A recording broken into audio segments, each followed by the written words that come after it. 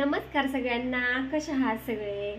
तर दुपार तर नाही राहिलेले, आता 4:30 वाजलेले आहेत आणि मी बनवते चहा बनवते. म्हणजे आता 4:30चा किंवा 4चा चहा झालाच पाहिजे. मिस्त्री पण आहेत, त्यांचं पण काम चाललंय सकाळपासून. सकाळी त्यांना एकदा चहा दिला होता, त्याच्यावर परत आता एकदा चहा. तर चाललंय चहा बनवायचं. आणि सकाळी भाजी केली भेंडी काय बघा, मी थोडीशी खाल्ली, अनुष्काने थोडी खाल्ली, चिवणी तर 4-5 घास खाल्ले. माझं काय होतं माहितीये का, माझा स्वयंपाक करायचा जीव अवका म्हणून येतो. हो का, चपाती पण त्यातली 1-1.5 चपाती संपली असं. पोरींच्या खायचं येतं जीवा. पोरी असलं आता चिवणी मॅगी करून घेतली, मॅगी खाल्ली. आणि परत मी अनुष्काने काय खाल्लं, दही खाल्लं आणि थोडीशी चपाती खाल्ली. माझ्याबरोबर थोडासा रात्रीचा राईस होता, मी ती गरम केला होता, छान फोडणी देऊन ते राईस खाल्ला.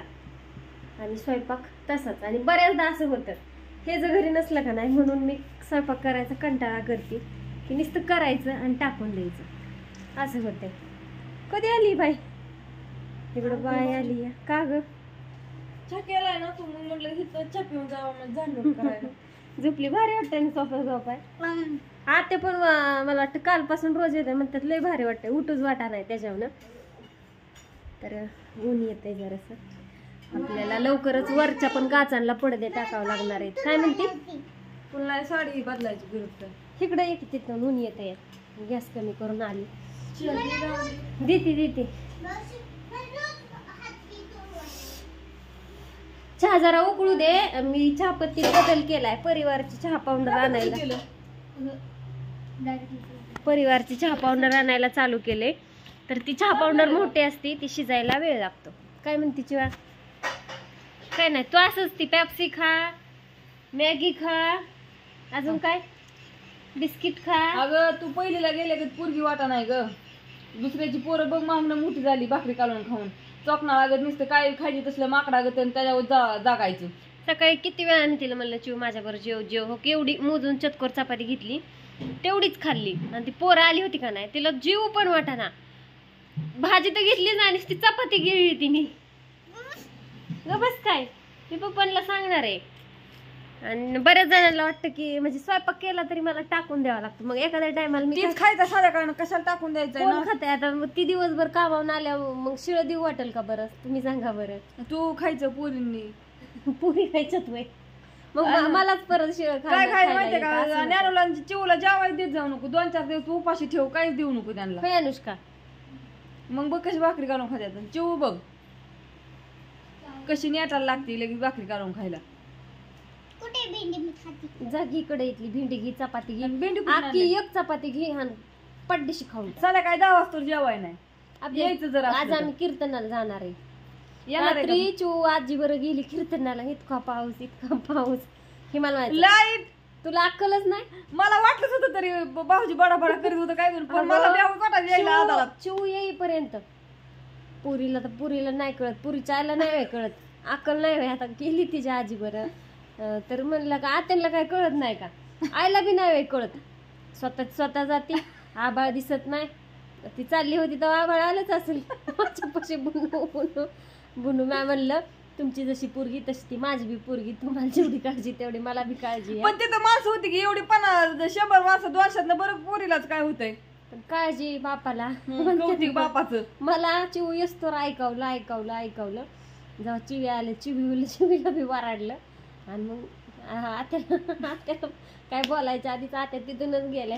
आत्याला तरी काय म्हणू नका, ग बसा म्हणलं, पोरगी तर आली ना तुमची घरी.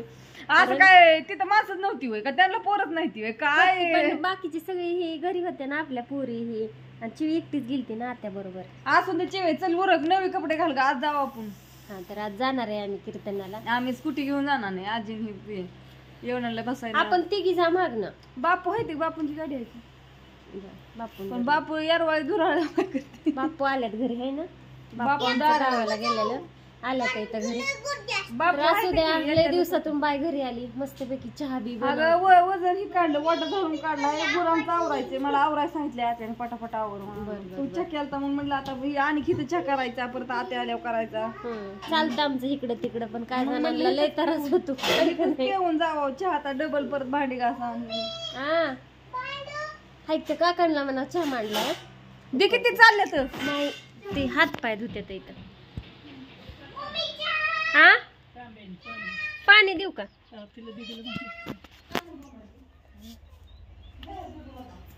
बाळा ते काकांना पाणी दे. हो थोडं फ्रीज मधलं घे गार पाणी. जेव पटापटा फुल असं मस्त. संध्याकाळी 10 वाजता जेवायला.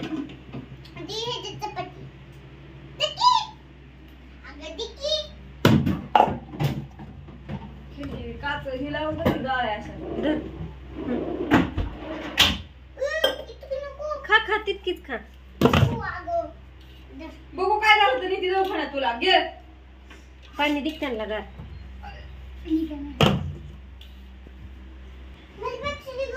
तर या सगळ्यांनी चहा प्यायला मस्त पैकी छान असं चाललाय चहा. त्यांचं चाललंय बघा असं.